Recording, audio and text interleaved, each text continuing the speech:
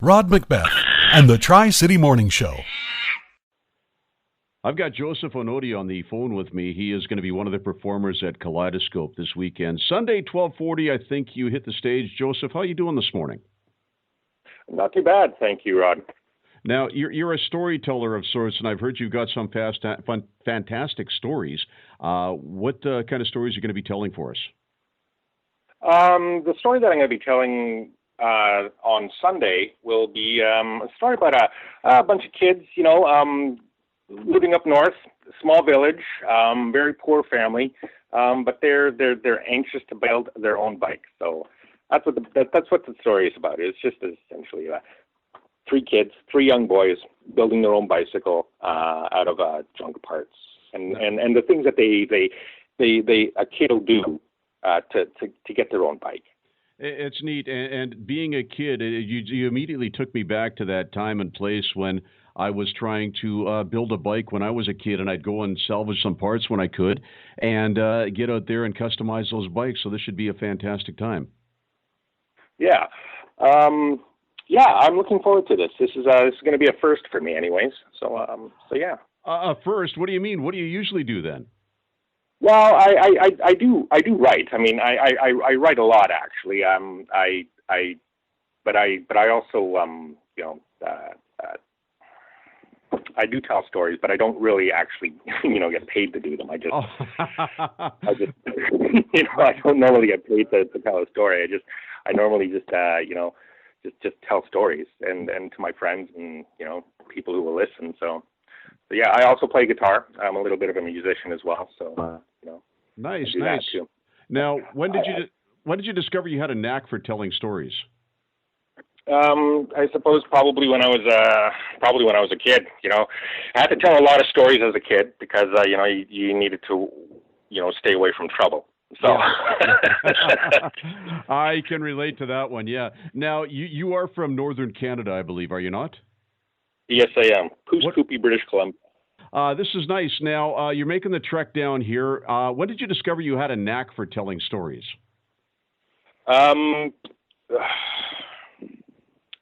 suppose probably about, a real knack for telling stories would probably have, maybe about a decade ago. I guess I started working on my manuscript and like a semi-autobiographical manuscript, and I just told it like it was, and I wrote it down, and I told it to a couple of people, and they really liked it. So they said, they thought it had some potential, so they asked me maybe I should send it off somewhere and send it, So that's what I did. I sent it with the help of a lot of friends.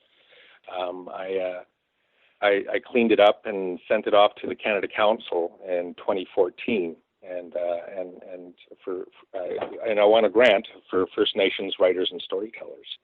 About the stories that I'm going to read, now I'm torn, really. I mean, because there's another story that I've written and that I've really worked hard on, and it's called Sepiak. And Sepiak in Cree means the Northern Lights. And this is a sort of it's another story that I've written. It's about the same three boys who go about, and it's the late 70s, early 80s. They just finished watching Close Encounters of the Third Kind, and they can't sleep. They're loaded on sugar, so they go out to the ball field, and they're looking up at the stars, and they can see the Northern Lights and the stars, and something magical happens that night. And I don't want to give the story away, but something really magical happens that night. And they meet up with an old native fellow named Johnny Muskrat, and he tells them of the old ways and things that he was taught as a child by his grandparents. And there's a little bit of that smattering of that issue, that First Nations thing where, alcohol and drugs and things like that always sort of seep their way in, and how he got past it. Nice. So yeah, so it's I'm debating whether or not which one I'm going to tell. I really like them both, and I'm trying to write up a grant proposal now for the Canada Council again. I want to apply again.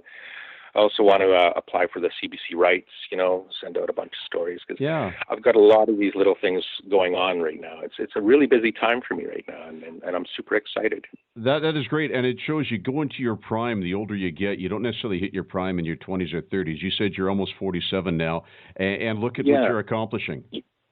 Yeah, it's true. I'm amazed actually. Life just keeps getting better. I've met a wonderful woman that I love immensely, and she's so supportive, and it just gives, and she gives me all the time and space that I need as a writer to absorb myself and sink, to where I need to go to get my stories out, and then when they come out, I've got this great group of people that I can work with, that all just my friends, and they all graduated and went to school and did all the stuff that, I eventually did, but I didn't really, I didn't really graduate, Yeah. I didn't get the chance, really. Well, so there's all this stuff, right? But all these people, they help me refine my stories and put them together, and then I can read them out, and I usually get some pretty good feedback, and like I said, it's my life is just keeps getting better. Weekdays starting at 6 a.m. The Tri-City Morning Show. Expect more from your radio. CKPM FM 98.7.